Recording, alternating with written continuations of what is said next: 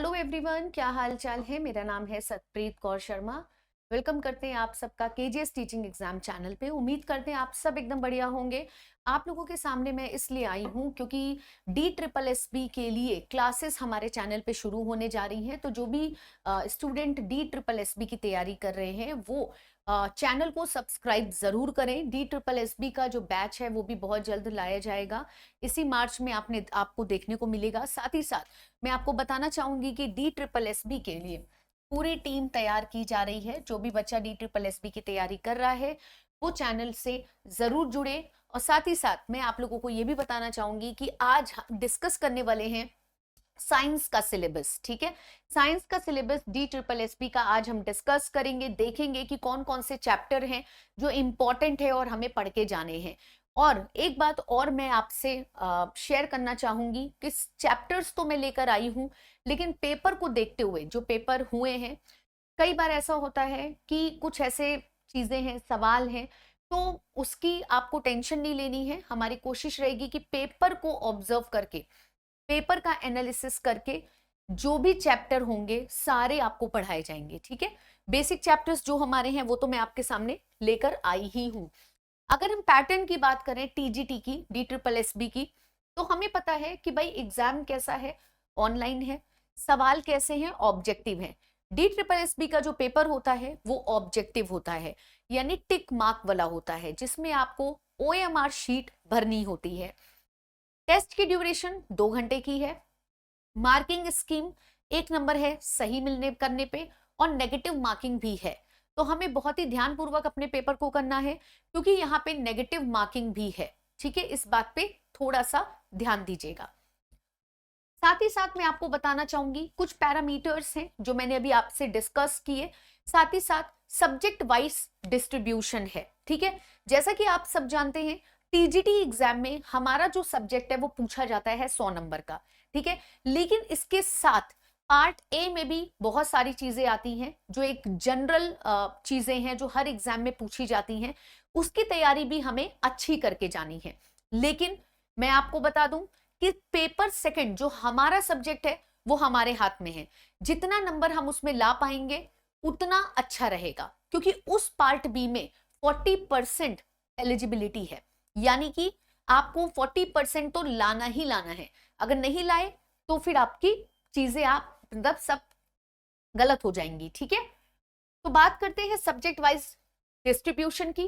तो general awareness आता है GA, जो कि आप जानते हैं जितने वनडे एग्जाम होते हैं, अगर आप लोग परीक्षाओं की तैयारी कर रहे हैं पता होगा कि GA हर एग्जाम में पूछा जाता है। 20 नंबर का ये आएगा आपके पेपर में, जो कि पेपर 1 होगा। General intelligence and reasoning ability आएगी, यानी मेंटल एबिलिटी पूछी जाएगी 20 नंबर की, जिसमें तार्किक क्षमता से रिलेटेड सवाल आपको देखने को मिल सकते हैं। अरिथमेटिक न्यूमेरिकल एबिलिटी आएगी, यानी गणित आ रहा है आपका 20 नंबर का।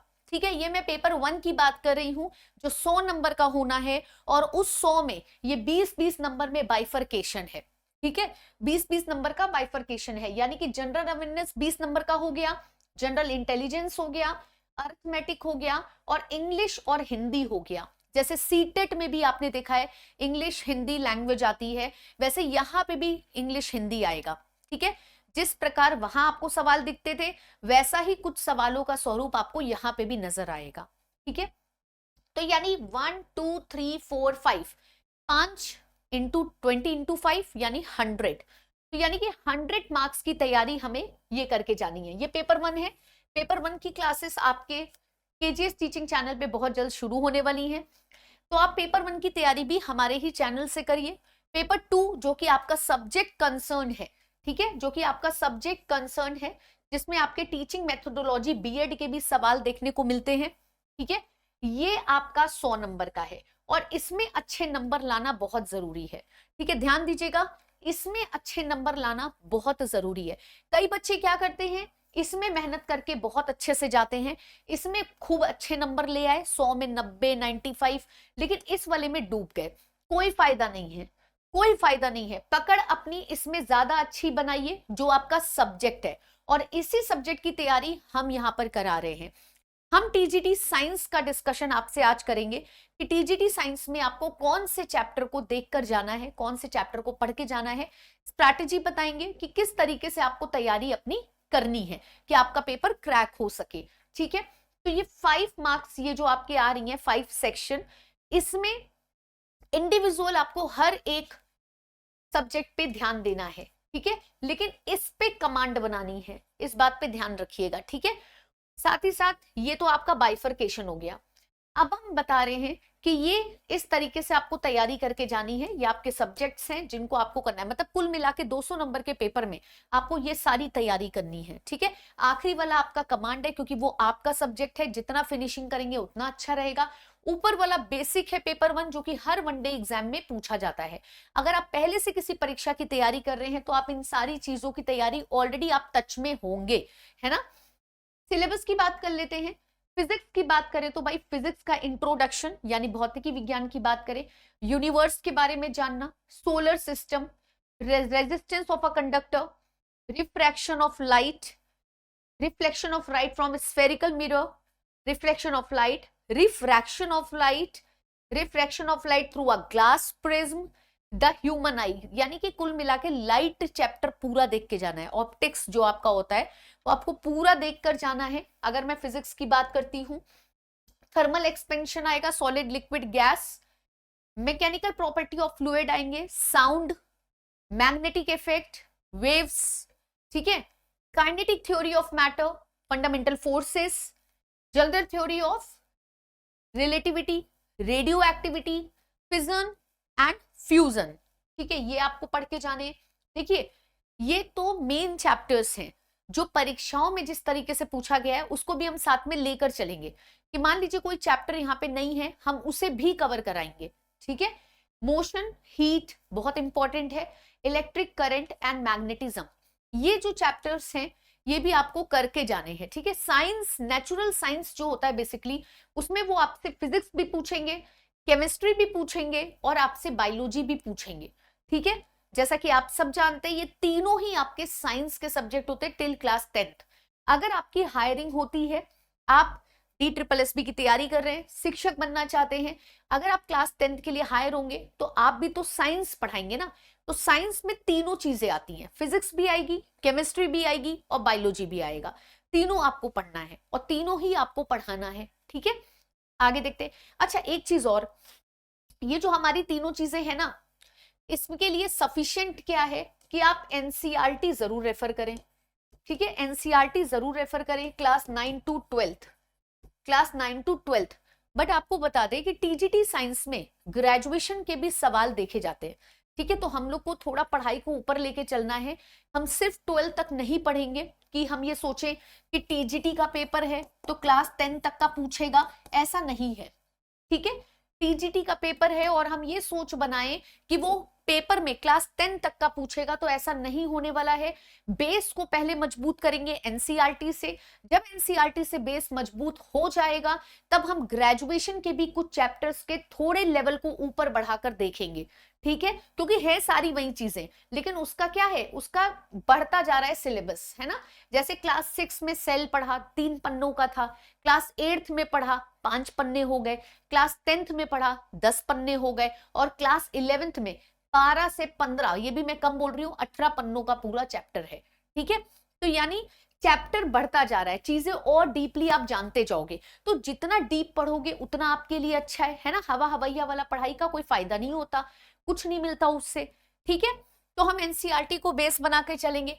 साथ ही साथ केमिस्ट्री की बात करें तो केमिस्ट्री में भी, रसायन विज्ञान में भी आपको एनसीईआरटी पे फोकस करना है। फर्स्ट ऑफ ऑल प्रैक्टिस करनी है, जितनी आप रिएक्शंस की प्रैक्टिस करेंगे, बॉन्ड की प्रैक्टिस करेंगे, साथ ही साथ atomic structure, radio activity, periodic table बहुत अच्छे से आपको याद रखनी है। पीरियोडिक टेबल से एसोसिएटेड SPDF ब्लॉक बहुत अच्छे से आपको क्लियर होने चाहिए।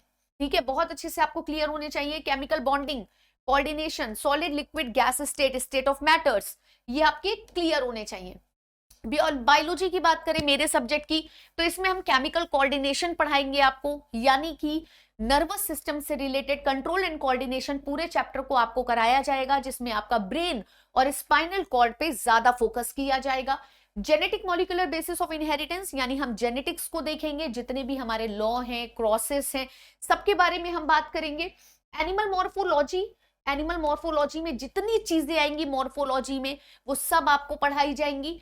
मिनरल न्यूट्रिएंट, जो न्यूट्रिएंट होते हैं जैसे कैल्शियम, आयरन, पोटेशियम, इन सब की कमी से क्या इंपैक्ट पड़ सकता है हमारी बॉडी में, या ये सब किस प्रकार के न्यूट्रिएंट हैं, मैक्रो हैं कि माइक्रो हैं, ठीक है। सेल डिवीजन पढ़ेंगे, माइटोसिस और मियोसिस, समसूत्री और अर्धसूत्री विभाजन के बारे में हम जानेंगे। फ्लावरिंग प्लांट की एनाटॉमी देखेंगे, ठीक है, किस प्रकार से पुष्प का इन्फ्लोरेसेंस व्यवस्थित होता है, किस प्रकार से पुष्पों का या किसी प्लांट में, किसी स्टेम में पत्तियों का क्या अरेंजमेंट होता है, पत्तियों के वेनेशन के बारे में जानेंगे। कुल मिला के इसमें आप क्या करने वाले हैं, रूट, स्टेम, लीफ सबके बारे में जानेंगे, हम इसमें सब कुछ पढ़ाएंगे, ठीक है। इन्वायरमेंटल इश्यूज जो होते हैं हमारे, ग्रीन हाउस इफेक्ट, ओजोन, ये सब आपको जान के जानना है, जो थोड़ा बहुत वातावरण से रिलेटेड है। पॉल्यूशन और उसका इफेक्ट, चाहे वो एयर पॉल्यूशन हो, वाटर पॉल्यूशन हो, ठीक है। एप्लीकेशन ऑफ बायोटेक्नोलॉजी इंपॉर्टेंट है, क्लास 12th में आपने पढ़ा होगा, ठीक है। ये सारे एक्सक्रीशन, मूवमेंट, लोकोमोशन, रेस्पिरेशन, ये सब क्या हो गया, ये तुम्हारी सारी ह्यूमन फिजियोलॉजी हो गई, यानी सारी ह्यूमन फिजियोलॉजी पढ़ाई जाएगी, चाहे वो पाचन तंत्र हो, श्वसन तंत्र हो, आपका जो आपका ये है सर्क्यूलेटरी यानी कि परिसंचरण तंत्रों, ये सब आपको पढ़ाया जाएगा। ये आपके बायोलॉजी का सिलेबस है, जिसमें लिविंग वर्ल्ड हो गया। अब देखो, तुम अगर इस चैप्टर पे ध्यान दो, तुम्हें लगेगा कि हाँ मैम ये हम लोगों ने 9th 10th में चैप्टर्स पढ़ रखे हैं, जैसे डाइवर्सिटी आपने क्लास 9th में पढ़ा है ना। लिविंग वर्ल्ड आपका क्लास 11th का टॉपिक है। प्लांट फिजियोलॉजी, एनिमल फिजियोलॉजी आप 11th 12th में पढ़ते हैं। रिप्रोडक्शन क्लास 8th से आपने पढ़ा है। सेल बियोलॉजी क्लास 6ठी से आप पढ़ते आ रहे हैं, ठीक है। जेनेटिक्स आपको क्लास 10th में देखने को मिलता है एनसीईआरटी में। इन्वायरमेंटल आपका क्लास 10th का टॉपिक है, ठीक है। तो यानी कहने का मतलब ये है कि एनसीईआरटी में ये सारे चैप्टर्स हैं, ठीक है। एनसीईआरटी में सारे ही चैप्टर्स हैं। इकोसिस्टम हो गया, very important, human health and disease, human health and disease, ठीक है। ह्यूमन हेल्थ एंड डिजीज हो गया, ठीक है। ये आपका डिजीज हो गया, बीमारी से संबंधित हो गया कि जीवाणु जनित रोग कौन से होते हैं, विषाणु जनित रोग कौन से होते हैं, कवक जनित रोग कौन से होते हैं, प्रोटोजोआ जनित रोग कौन से होते हैं, इसके बारे में भी हम जानेंगे। इकोसिस्टम के बारे में जानेंगे कि किस प्रकार के घटक पाए जाते हैं, जैसे जैविक और अजैविक, ठीक है। क्लियर हुआ? तो यानी कहने का मतलब था कि ये कुछ चैप्टर्स हैं बायोलॉजी के जिसके बारे में हम अध्ययन करेंगे। अब इसके अलावा अगर कोई जो सवाल पूछे जा चुके हैं, अगर कोई चैप्टर इसमें रह गया है या जो हम पेपर देखेंगे, ठीक है, उस पे आधारित जिस तरीके से सवाल पूछे गए हैं हम उसे भी कवर करते हुए चलेंगे, ठीक है। उसके लिए आपको फिक्र करने की जरूरत नहीं है। तो कुल मिला के DSSB के लिए आपको यहाँ पढ़ाया जाएगा, ठीक है, आपको यहाँ पढ़ाया जाएगा DSSB के लिए। और अगर आप में से कोई बच्चा TGT की तैयारी कर रहा है, TGT नेचुरल साइंस की तैयारी कर रहा है, तो वो चैनल को सब्सक्राइब जरूर करें। यहाँ पे क्लासेस शुरू हो रही है DSSB की, ठीक है। और साथ ही साथ ये चैनल उन शिक्षकों के लिए है, भावी शिक्षकों के लिए, जो KVS, NVS, DSSB, CTET जिसकी भी तैयारी कर रहे हैं, उनके लिए KGS का ये जो चैनल है बहुत ज्यादा फायदेमंद रहेगा। अगर आप पहली बार आए हैं तो चैनल को सब्सक्राइब जरूर करिएगा ताकि आपको क्लास के नोटिफिकेशन मिल सके, ठीक है। तो सारी जानकारी मैंने आपको दे दी है कि आपको इसमें फिजिक्स, केमिस्ट्री और बायोलॉजी पे ज्यादा कमांड बनानी है क्योंकि ये 100 नंबर का है और इस बार कट ऑफ भी हाई जाएगा, तो इसीलिए आपको फिजिक्स, केमिस्ट्री, बायोलॉजी पे ज्यादा पकड़ बनानी है। साथ ही साथ ये पेपर अगस्त तक होने की संभावना हो सकती है। अगस्त ऐसा उम्मीद किया जा रहा है, सितंबर भी है, ठीक है, अगस्त सितंबर मान के चलिए, ठीक है। अभी आपका सीटेट भी आया हुआ है, तो आपको पता है जुलाई में सीटेट लगा हुआ है, ठीक है। तो अभी आपके पास अच्छा मौका है, जिनका सीटेट नहीं क्लियर है वो सीटेट की तैयारी करें। साथ ही साथ जो DSSB की तैयारी कर रहे हैं वो भी यहाँ जुड़ सकते हैं चैनल से। DSSB में PGT का भी पेपर भरा गया है, अगर आपको पता हो PGT का भी भरा गया, तो PGT में सीटेट की रिक्वायरमेंट नहीं होती, लेकिन TGT के लिए BEd और सीटेट बहुत जरूरी है। तो अगर कोई बच्चा अगले साल के लिए भी तैयारी कर रहा है तो भी वो चैनल से जुड़ सकता है, यहाँ से आपको काफी हेल्प होगी, ठीक है। तो मुझे लगता है कि ये जानकारी आपके काम आई होगी और बहुत जल्द आपको डेली चैनल पे क्लासेस इसकी दिखने लगेंगी, ठीक है। DSSB की डेली क्लासेस आपको दिखने लगेंगी। तो चलते हैं, अब मुलाकात करेंगे आपसे क्लासेस में। Thank you so much.